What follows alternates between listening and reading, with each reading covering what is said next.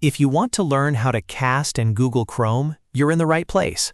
In this quick tutorial, I'll show you exactly how to send your Chrome tab to a TV or another compatible device in just a few easy steps. This is super useful when you want to watch videos on a bigger screen, share a web page with others, or mirror something from your browser without using extra software.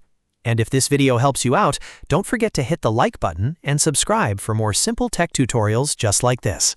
All right, let's jump in. First, open Google Chrome on your computer. You can use this on Windows or Mac as long as Chrome is installed and you're connected to the same Wi-Fi network as your TV or casting device. Once Chrome is open, look to the top right corner of the browser window. You'll see the three-dot menu icon there. Click on those three dots to open the main Chrome menu.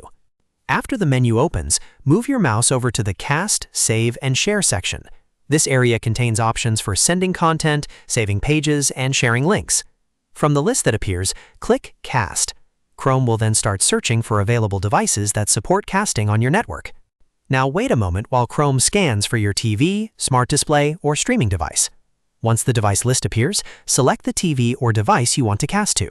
If this is your first time using it, you may need to allow permissions or confirm the connection on the receiving device. After that, the current tab in Google Chrome will begin appearing on your TV. That means anything you do in that tab will be visible on the bigger screen, including websites, videos, slides, and other browser content. If you want to stop casting later, you can go back to the cast option and disconnect from the device.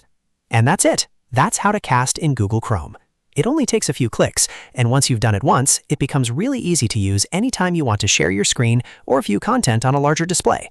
If this tutorial was helpful, please give it a like, subscribe for more easy guides, and I'll see you in the next one.